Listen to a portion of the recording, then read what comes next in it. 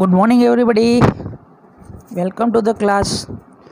હવે આપણે ધોરણ 9ની અંદર આપણે એક નવો જ 5મો પાઠ રાની કી વાવ, બરાબર છે, જેના પેજ નંબર તમારી ટેક્સ્ટબુકની અંદર 48 નંબર જે પેજ નંબર છે એની ઉપર જે પાઠ છે રાની કી વાવ, એ આજે આપણે સમજવાના છીએ. તો ચાલો આપણે સીધી પાઠની શરૂઆત જ કરીએ છીએ, વધારે સમય નથી બગાડતા અને આપણે પાઠની શરૂઆત કરીએ, બરાબર છે. Rani ki Vav, the stepwell is an approved site on the world heritage. બરાબર, રાની કી વાવ એ વૈશ્વિક સાંસ્કૃતિક, બરાબર, વર્લ્ડ હેરિટેજ એટલે શું થાય? વૈશ્વિક સાંસ્કૃતિક વિરાસત તરીકે અપ્રૂવડ એટલે એને માન્યતા પ્રાપ્ત કરેલી છે. એટલે રાની કી વાવ એટલે આપણે એવું કહી શકાય કે ભાઈ સ્ટેપ વોલ એટલે એમાં પગથિયા હોય, અને એ વાવ એવી છે, એ કૂવો એવો છે કે એની અંદર પગથિયા છે. અને આપણા દેશની એક સંસ્થા છે યુનેસ્કો, બરાબર. યુનેસ્કો છે એવી જે આપણે અમુક વિરાસતો હોય, જૂનવાણી જે વસ્તુ હોય એને વૈશ્વિક વિરાસતની અંદર, વર્લ્ડ હેરિટેજ સાઇટની અંદર એને સમાવેશ કરી લઈએ, કે જેથી કરીને એનું જતન કરી શકે અને આવનારી પેઢી છે એને જોઈ શકે, બરાબર છે. તો it was declare by the world heritage community UNESCO. તો યુનેસ્કોએ એને યુનેસ્કોની વૈશ્વિક સંસ્કૃતિ એની જે સમિતિ છે એના દ્વારા એ બધી વસ્તુ જાહેર કરવામાં આવી, બરાબર. તો UNESCO has organised his masterpiece એટલે ઉત્કૃષ્ટ સ્થાપત્ય કહી શકાય, ઉત્કૃષ્ટ કલાનો નમૂનો એવું કહી શકાય, બરાબર.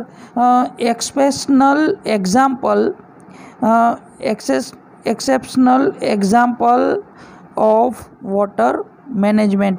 ત્યાં વોટર મેનેજમેન્ટનું એક આપણે એવું ઉત્કૃષ્ટ નમૂનો, ઉત્કૃષ્ટ એક્ઝામ્પલ આપણે કહી શકાય કે આ વોટર મેનેજમેન્ટ માટે આ જે વાવ છે એ અત્યારનું એક્ઝામ્પલ એવું આપણે આપી જ ન શકીએ, બરાબર છે.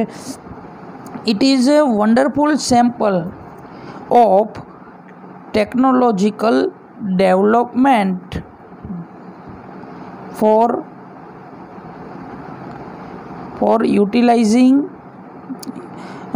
and ground water resource in a single structure.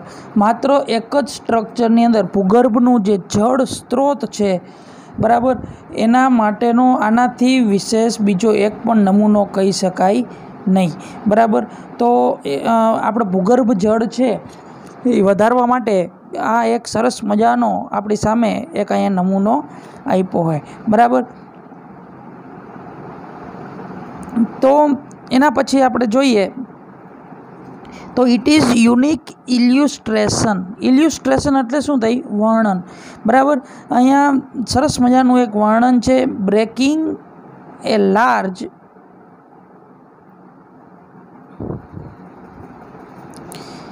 spaces into a smaller volume with a artistic presentation. હવે અહીંયા છે એક વિશાળ વિસ્તારનું, આ કેવડો મોટો વિસ્તાર છે, કેવડા મોટા વિસ્તારની અંદર આખી વાવ છે એ ફેલાયેલી છે. તો એના નાના નાના ભાગોમાં વિભાજિત કરીને આ એક કલાત્મક રજૂઆતનું એક સરસ મજાનું ઉદાહરણ આપણી સામે છે, બરાબર. આર્ટિસ્ટિક પ્રેઝન્ટેશન કીધું છે એટલે કલાત્મક રજૂઆત. Rani ki Vav has a great appeal to every observer. જેટલા બી ઓબ્ઝર્વર ત્યાં આવે છે, એટલે કે નિહાળવા માટે ત્યાં આવે છે, એના માટે આપણે એટલું જ કહી શકાય કે રાની કી વાવ છે એ એના માટે ખૂબ જ આકર્ષણનું કેન્દ્ર ઉત્પન્ન કરે છે. આપણે અહીં ચિત્ર જે આપ્યું છે એ આખું એનું આપ્યું છે. હવે એની આખી હિસ્ટ્રી કીધી છે, આપણે એની હિસ્ટ્રી જોઈએ. એની હિસ્ટ્રી કંઈક આવી રીતે છે કે ક્વીન ઉદયમતી, બરાબર, રાણી ઉદયમતી, જો નામ યાદ રાખજો. તો વિડો એટલે શું થાય? વિધવા, કે જેનો પતિ મૃત્યુ પામ્યો હોય એને આપણે વિધવા કહી શકાય. તો રાણી ઉદયમતી છે એ વિધવા હતી કિંગ ભીમદેવ પહેલો. તો આવી રીતે ભીમદેવ પહેલો, ભીમદેવ બીજો, ભીમદેવ ત્રીજો, આવી રીતે અમુક વારસાગત આવી રીતે રાજાઓ આવતા હોય. તો રાણી જે ઉદયમતી હતી એ વિડો હતી. કોની વિડો હતી? તો કે કિંગ ભીમદેવ. વિડો કોને કહી શકાય? કે જેનો પતિ મૃત્યુ પામ્યો હોય એવી વિધવા પત્ની જે હોય એને આપણે ઇંગ્લિશમાં શું કહેશું? વિડો. આઈ કન્સ્ટ્રક્ટેડ ભીમદેવ, અહીંયા રોમન આંકડાની અંદર 1 લખેલો છે, બરાબર. I constructed this vav between 1022 and 1063 AD, બરાબર. ઈસવીસન પૂર્વેની અહીંયા વાત કરીએ કે ભાઈ આ વાવ છે એ 1022 થી 1063ની બિટવીન એટલે વચ્ચે આ વાવ બનાવવામાં આવી છે. Rani ki Vav has become one of the most popular place to visit in Gujarat. ગુજરાતની અંદર સૌથી પોપ્યુલર કહી શકાય, પ્રખ્યાત કહી શકાય એવું અને ફરવાલાયક સ્થળ આપણે કહી શકાય તો એ છે રાણી કી વાવ, બરાબર.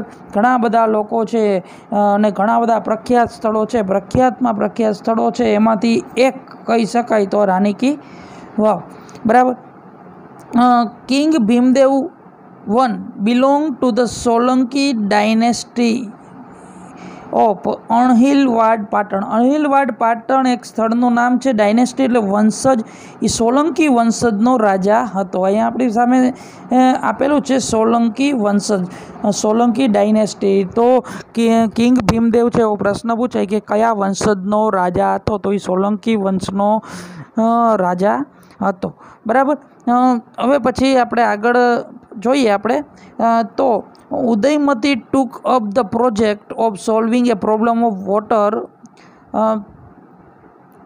After his death of Udayamati took up એટલે એનો જે આપણો જે રાજા છે એનું હિઝ ડેથ એટલે એનું મૃત્યુ થઈ ગયું, બરાબર છે. તો ઉદયમતી જે રાણી છે, બરાબર, જે રાણી છે જે વિધવા છે એનો પતિ મૃત્યુ પામ્યા છે એ એક પ્રોજેક્ટ સ્ટાર્ટ કરે છે. શા માટે પ્રોજેક્ટ સ્ટાર્ટ કરે છે? સોલ્વિંગ ધ પ્રોબ્લેમ એટલે કે એનું રાજ્ય છે એ રાજ્યની અંદર પાણીનો પ્રશ્ન હતો. તો પાણીનો પ્રશ્ન સોલ્વ કરવા માટે એને એક પ્રોજેક્ટ ચાલુ કર્યો એના પતિના મૃત્યુ પછી. આ બાબતે ખાસ ધ્યાન રાખજો. Of water scarcity. જો સ્કેરસિટી એટલે શું થાય? અછત, બરાબર. તો અછતને દૂર કરવા માટે જે ફેસ એટલે સામનો કરી રહ્યા છે by the people of Patan, જે પાટણના લોકો છે જે મુસીબતનો સામનો કરી રહ્યા છે એ મુસીબતને દૂર કરવા માટે આ રાણી ઉદયમતી હતી એને કન્સ્ટ્રક્શન એક બાંધકામ ચાલુ કરાવ્યું અને એ હતું આ રાણી કી વાવ. અનફોર્ચ્યુનેટલી એટલે કમનસીબે the queen also died before the completion of the structure. આ સ્ટ્રક્ચર પૂરું થયું એ પહેલાં, હજી તો વાવનું બાંધકામ ચાલુ જ હતું અને એ સ્ટ્રક્ચર પૂરું થયું એ પહેલાં જ રાણી છે એ પણ મૃત્યુ પામી, બરાબર.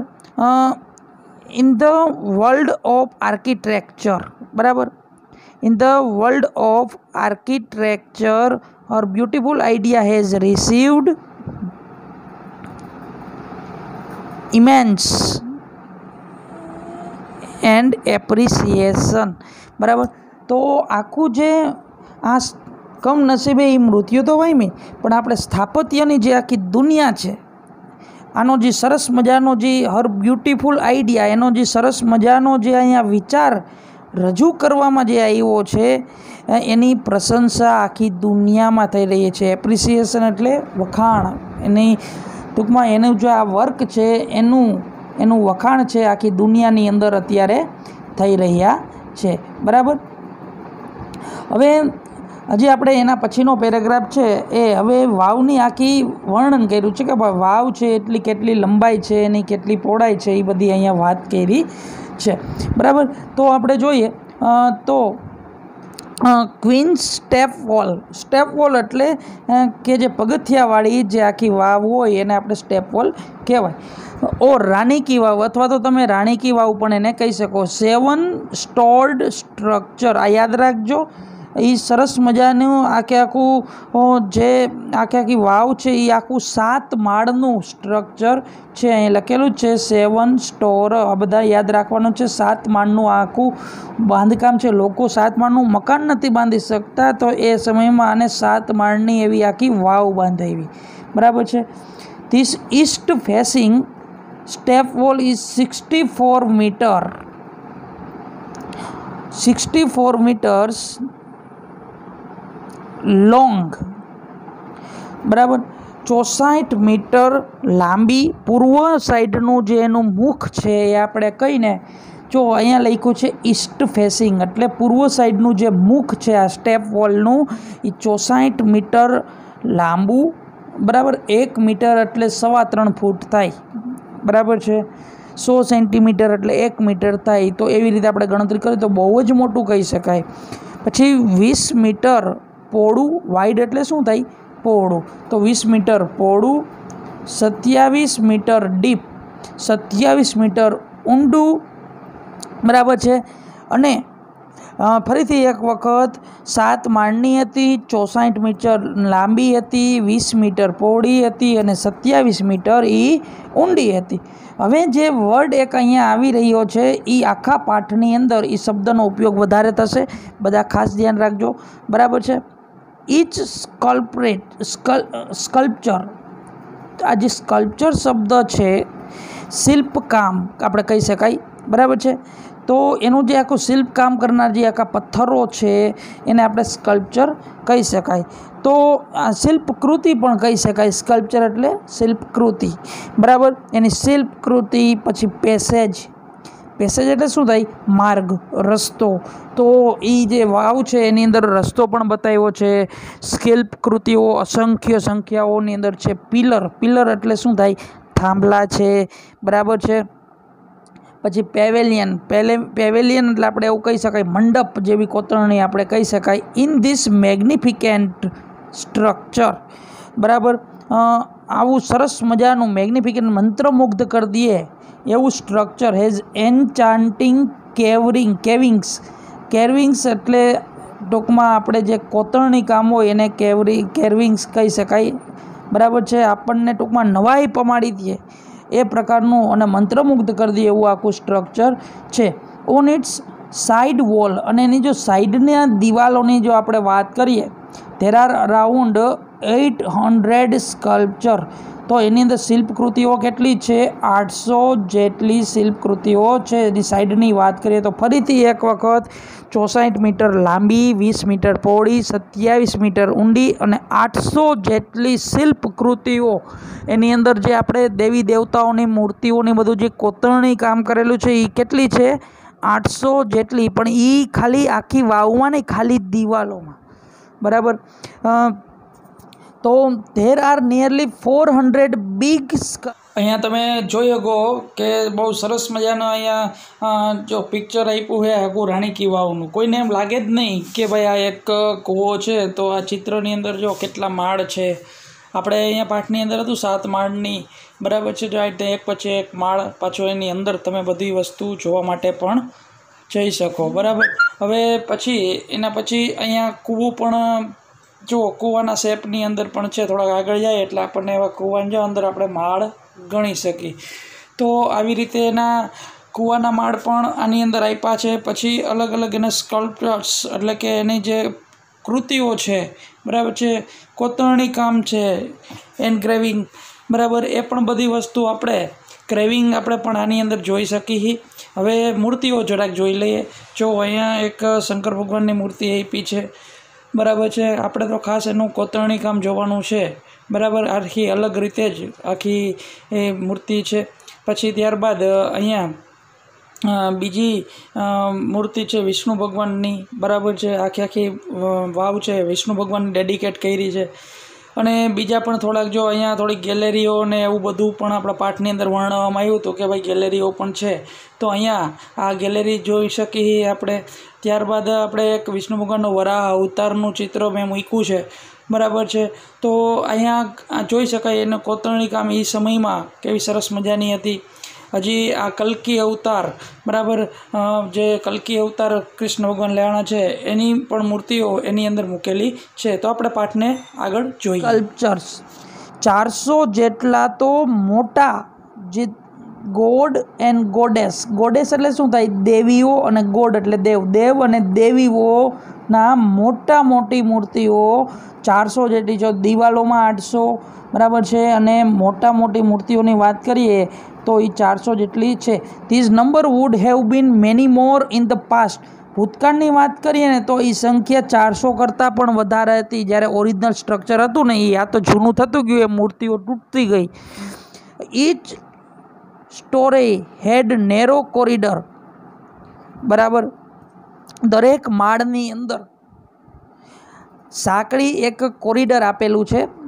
તું વિઝિટર એટલે કે કોઈ મુલાકાત લેવા માટે આવે, બરાબર, appreciate beauty of sculptures and engraving on the wall. તો દિવાલ ઉપર જે બધું આ કોતરણી કામ કરેલું છે એની સુંદરતા, જે સ્કલ્પચર આખું આ બનાવ્યું છે એની સુંદરતા નિહાળવા માટે એક કોરિડર પણ બનાવ્યો છે, રસ્તો પણ બનાવ્યો છે કે જેથી કરીને કોઈ મુલાકાતીઓ આવે તો એ રસ્તામાં ચાલીને આ બધી સુંદરતા, જે કોતરણી કામ છે વાવની, એ બધી વસ્તુ જોઈ શકે, બરાબર. તો આવું સરસ મજાનું આયોજન કર્યું હતું.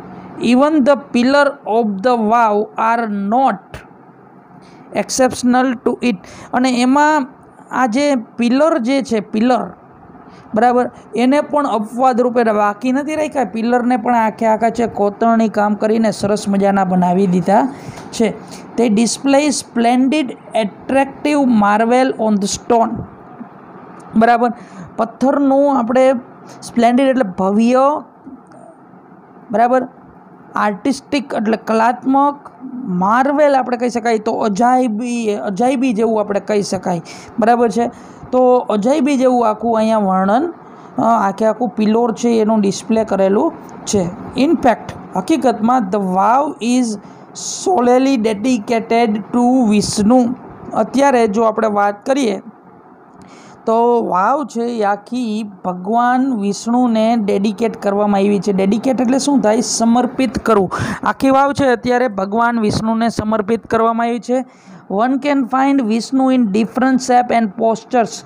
અલગ પ્રકારના ભગવાન વિષ્ણુના વિવિધ મુદ્રાઓ અને વિવિધ આકારોમાં ભગવાન વિષ્ણુની અલગ મૂર્તિઓ છે અહીંયા રજૂ કરવામાં આવી છે. તો વિદ્યાર્થી મિત્રો, આપણે આ લેક્ચરની અંદર આપણે પાઠ, સરસ મજાનો પાઠ છે જાણવા લાયક, તો એના વિશે આપણે શરૂઆત કરી છે અને હવે પછીના લેક્ચરની અંદર આપણે આ પાઠને આગળ વધારશું. Thank you.